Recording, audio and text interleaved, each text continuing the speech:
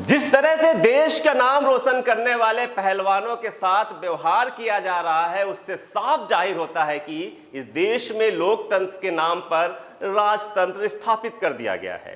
संसद में रखा सेंगोल उसका प्रतीक है।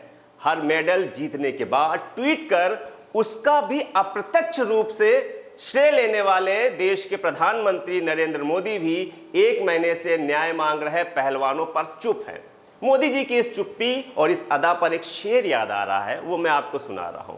एक हुनर है चुप रहने का, एक ऐब है कह देने का। बारी आई जब कुछ कहने की, उसकी आदत हो चुकी है चुप रहने की। नमस्कार, मैं हूं जितेंद्र कमल और आप देख रहे हैं न्यूज कोर्ट। पहलवानों के लिए एक शब्द ना बोलने वाले नरेंद्र मोदी की चुप्पी पर कई सवाल उठ रहे हैं।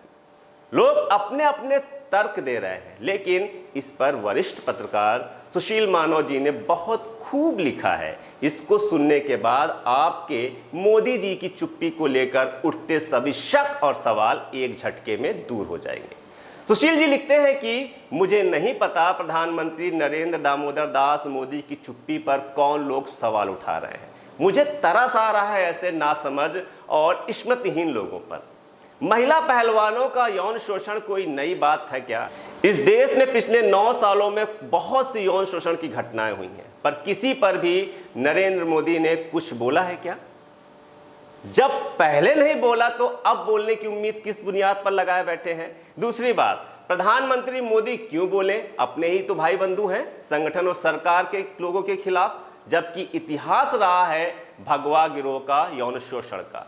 आज ही एक खबर है, हमीरपुर जिले में एक कक्षा 9 के छात्र के साथ कुकर्म करने और उसकी हत्या करने के साल 2007 के एक मामले में आरएसएस के जिला प्रचारक हरनाम सिंह सेंगर को कोर्ट ने दोषी करार दिया है। साल 2013 में नरेंद्र मोदी जब भाजपा के प्रधानमंत्री प्रत्याशी नहीं बने थे, तब उनकी एक महिला के साथ सीडी को लेकर खूब बवाल मचा था। खोजी वेबसाइट गुलेल ने एक महिला आर्किटेक्ट के साथ मोदी की तस्वीर जारी की थी। नरेंद्र मोदी ने उक्त महिला की जासूसी में 2 राज्यों की पुलिस और खुफिया एजेंसी को लगा रखा था। इसी महिला के साथ मोदी की सीडी बनाने के शक में गुजरात की मोदी सरकार ने कच्छ के जिलाधिकारी प्रदीप शर्मा पर गबन का आरोप लगाकर जेल में डाल दिया था। खुद नरेंद्र मोदी ने पार्टी में अपने प्रतिद्वंदी संजय जोशी को किनारे लगाने के लिए उनकी सीडी का इस्तेमाल किया था। तो कहने का मतलब यह है कि सब के सब एक ही हमाम के हैं, तो चुप क्यों ना रहे?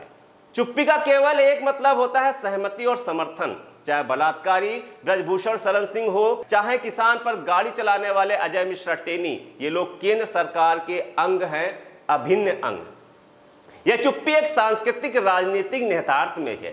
सांस्कृतिक की लैंगिक राजनीति को समझने की जरूरत है, या भगवा राजनीति की लिंग संस्कृति को भी समझने की जरूरत है। महिला की अधीनता को मोटे तौर पर स्त्री पुरुष के बीच जैविक फर्क के आधार पर ही सही ठहराया जाता है। ऐसे दार्शनिक तर्क मौजूद है जो तमाम तरह की उत्पीड़नों को कुदरती या प्राकृतिक कहकर जायज ठहराते हैं। इस तर्क के साथ जो कुदरती हैं वो अपरिवर्तनीय भी हैं, लिहाजा जायज है। ऐसे तर्क को जैविक निर्धारणवाद कहा जाता है और दुनिया का लगभग हर धर्म इसी धारणा पर आधारित है। जात व्यवस्था और नस्लवाद इस प्रवृत्ति के 2 सटीक उदाहरण हैं, क्योंकि दोनों विचारधाराएं इसी मान्यता पर आधारित है। जो व्यक्ति का कुछ समूह पैदाइशी तौर पर श्रेष्ठ है और उनकी बौद्धिक क्षमता और निपुणताएं शेष लोगों से अधिक विकसित है, इसलिए समाज में इनकी उच्चतर हैसियत और सत्ता जायज है।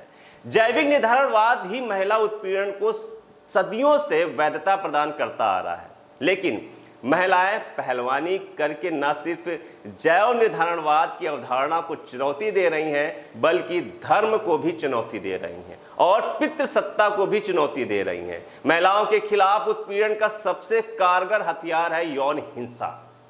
आप देखिए कि आसिफा के बलात्कारियों के समर्थन में तिरंगा यात्रा निकाली जाती है, जिसमें भाजपा के नेता को तत्कालीन जम्मू कश्मीर सरकार में मंत्री होते हैं वे शामिल होते हैं। भाजपा विधायक कुलदीप सिंह सेंगर को बचाने में पूरी सरकार जुटी रहती है। भाजपा सांसद चिन्मयानंद पर छात्रा के बलात्कार का केस खत्म कर दिया जाता है। बाद में उनका वीडियो वायरल होता है नंगे होकर मालिश कराने का, तो लड़की पर ही ब्लैकमेलिंग का आरोप लगाकर गिरफ्तार कर लिया जाता है। तो कहने का लबोलुआब यह है कि बलात्कार यौन हिंसा एक हथियार है लड़कियों महिलाओं को वापस देहरी के भीतर ढकेलने का, उन्हें वापस बच्चा पैदा करने की मशीन बनाने का।